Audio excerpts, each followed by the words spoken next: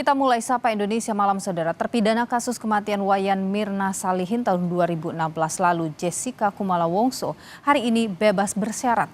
Jessica yang divonis 20 tahun penjara bebas bersyarat usai menjalani 8 tahun masa tahanan. Terpidana kasus kopi sianida Jessica Kumala Wongso bebas bersyarat dari Lapas Pondok Bambu, Jakarta Timur. Jessica keluar dari Lapas Pondok Bambu Minggu pagi dengan didampingi oleh tim penasihat hukumnya. Jessica mendapatkan remisi setelah menjalani masa hukumannya selama 8 tahun. Jessica mendapatkan total remisi sebanyak 58 bulan 30 hari. Jessica divonis 20 tahun penjara dalam kasus pembunuhan Wayan Mirna Salihin.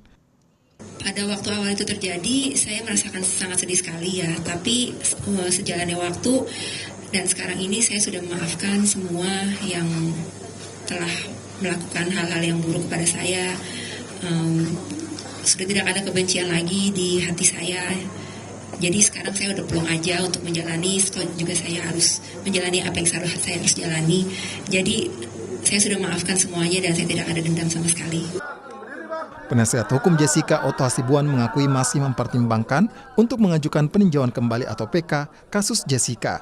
Otto mengakui keadilan bagi Jessica akan tetap ditempuh melalui upaya PK. Apapun putusan sudah pengadilan, itu kan sudah jelas bahwa Jessica dinyatakan bersalah. Itu putusan pengadilan yang harus saya hormati sebagai seorang lawyer. Soal kami tidak terima atau putusan itu atau tidak, itu soal lain. Tapi karena itu formal sudah keluar, harus saya hormati, itulah putusan. Dia dinyatakan bersalah. Tetapi kami sebagai lawyer, tentunya nanti kami diskusikan dengan Jessica, merasa bahwa mungkin putusan itu tidak sesuai dengan apa yang terjadi menurut kami. Oleh karena itu, kita akan mencoba peluang untuk mengajukan PK terhadap perkara itu. Kepala Kantor Wilayah Kementerian Hukum dan HAM Jakarta, Andika Dwi Prasetya menyebut, selama masa pembebasan bersyarat ini, Jessica nantinya akan mengikuti proses pembinaan terintegrasi di Bapas Jakarta Timur. Kanwil Kemenkumham Jakarta berdalih, proses administrasi pembebasan bersyarat Jessica sudah sesuai aturan dan akan dibina hingga bebas murni pada 2032. Di mana mulai hari ini Jessica terdaftar sebagai klien Bapas Jakarta Timur Utara.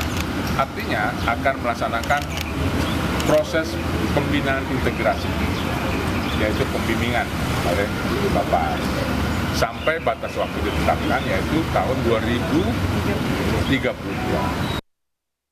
Kasus kematian Wayan Mirna Salihin dengan terdakwa Jessica Kumala Wongso digelar di Pengadilan Negeri Jakarta Pusat. Pada Oktober 2016, Majelis Hakim menjatuhkan vonis 20 tahun penjara. Jessica dan penasihat hukumnya termasuk jaksa penuntut umum mengajukan banding di Pengadilan Tinggi Jakarta, tetapi putusan Pengadilan Tinggi menguatkan putusan Pengadilan Negeri Jakarta pada Februari 2017. Jessica dan tim penasihat hukumnya sempat mengajukan kasasi ke Mahkamah Agung, tetapi kasasi ditolak pada Juni 2017. Tidak hanya kasasi, upaya peninjauan kembali telah ditempuh Jessica dan penasihat hukumnya. Namun, PK ditolak Mahkamah Agung pada Desember 2018 karena Majelis Hakim berdalih permohonan PK mengulang materi eksepsi, pembelaan diri, duplik, memori banding, dan kasasi. Pakar hukum pidana Jamin Ginting mempertanyakan status bebas bersyarat Jessica usai menjalani 8 tahun masa tahanan dari total 20 tahun vonis hakim. Jamin menilai aturan pembebasan bersyarat seharusnya hanya menghitung masa tahanan, tidak termasuk remisi. Aturannya sudah sekurang-kurangnya telah menjalani ya 2/3 masa pidananya. Tidak termasuk remisi, Jadi remisi itu sebenarnya nggak dihitung sebagai dasar 2/3 itu, karena yang dihitung itu sebenarnya adalah yang dijalaninya begitu. Menurut aturan, pembebasan bersyarat diberikan kepada narapidana yang telah menjalani 2/3 masa pidana, paling sedikit 9 bulan.